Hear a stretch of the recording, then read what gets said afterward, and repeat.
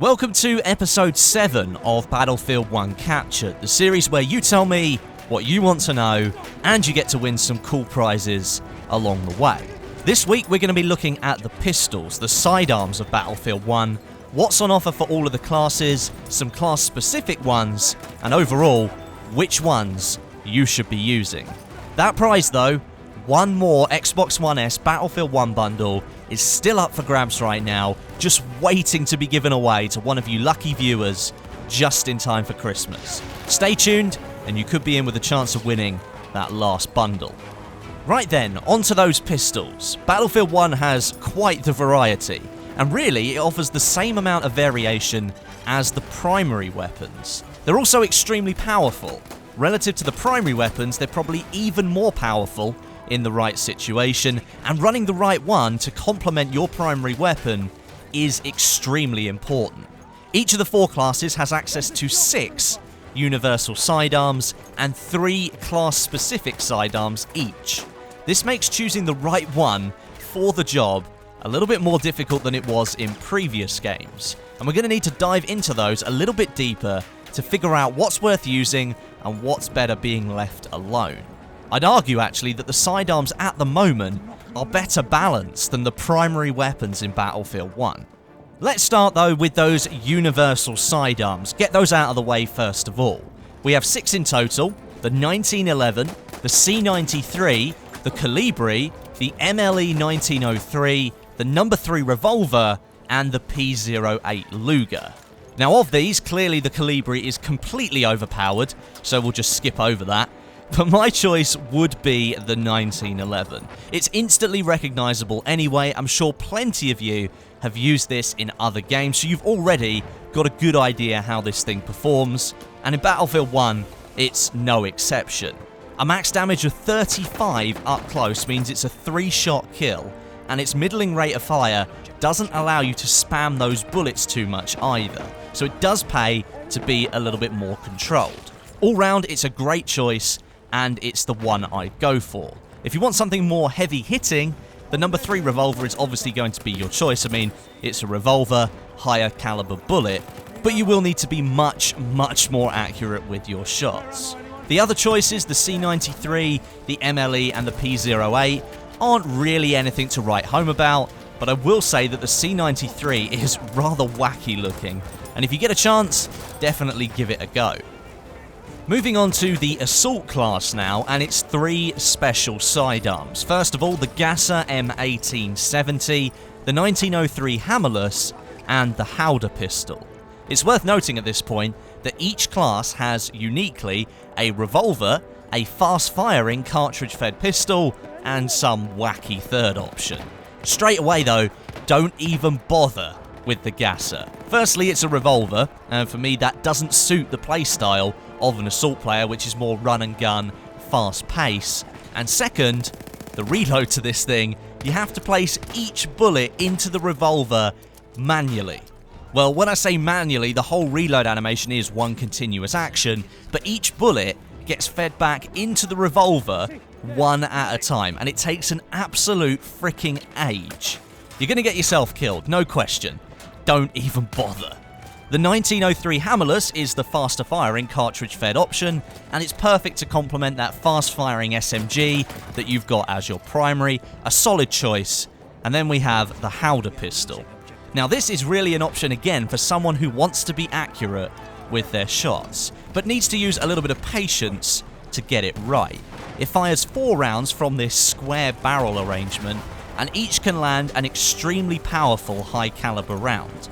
I don't use it in its intended fashion, I just spam all 4 rounds up close, right into somebody's chest, hoping I'm going to get the kill, maybe in a surprise attack, but most of the time, I've got an SMG which is just as good up close, so I'd probably say go with the 1903 Hammerless for the Assault class if you want to run an Assault-specific weapon. Moving swiftly on to the Medic class now, and here we've got the Auto Revolver. This is like the Dirty Harry Red Dead Redemption pistol, so if it's style over substance that you're going for, this is definitely the way to go. But unlike the Gasser, this revolver does feature a standard 6-bullet reload, all of them going into the revolver at once. so there is some merit to using it. Using the medic class as well, gameplay does tend to be a little bit slower, a little bit more methodical, so having a powerful sidearm that can hit 53 max damage up close, it might be a good partnership for you.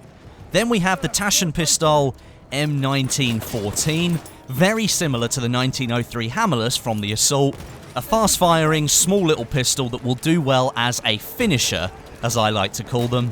Outside close range, it's really not going to help you a whole lot, but up close, it could save your life.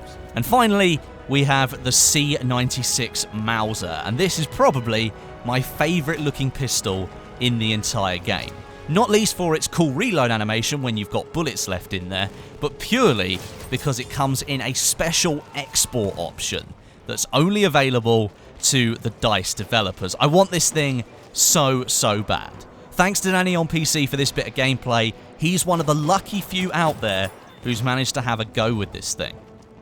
The support class is up next, and as with all other classes, we have a similar layout.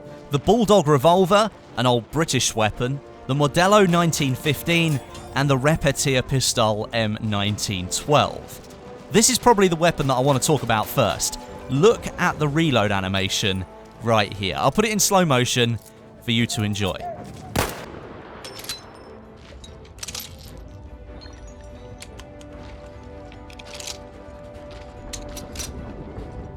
How satisfying was that? Reload the thing with bullets left in it and witness probably the most amazing animation work that you're likely to see for a gun reload in a Battlefield game. Really good testament there to the work that DICE do with their animations.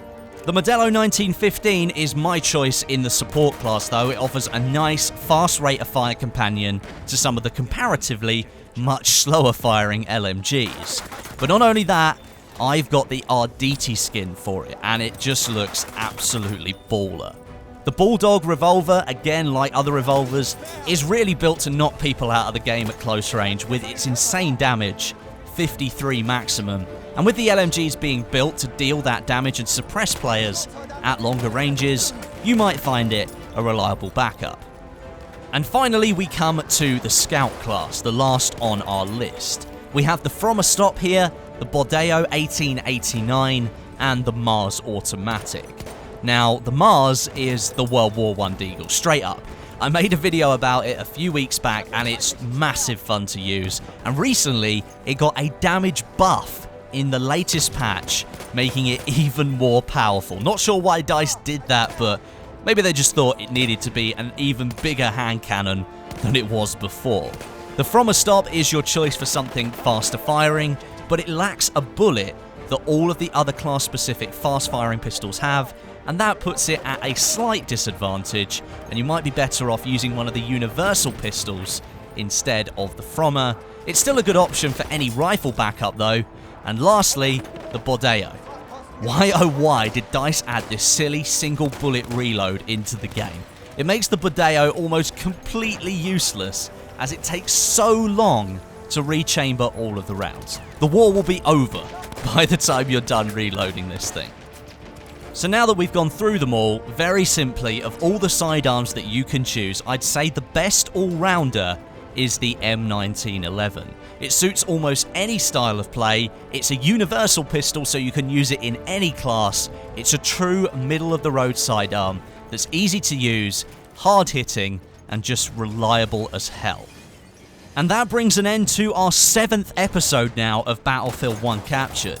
We're getting closer and closer to the end of the series, and just at this point, let me say thank you for everybody integrating and getting involved with this series. We have so many votes over on the website. It's really been cool to see you guys getting in there, interacting, and really influencing this series and telling me what you want to know about Battlefield 1. And with that in mind, make sure you head over to the Battlefield 1 Captured website. Link is on the screen now, or go and click it in the description, and go and vote so you can tell me what you want to know about next week.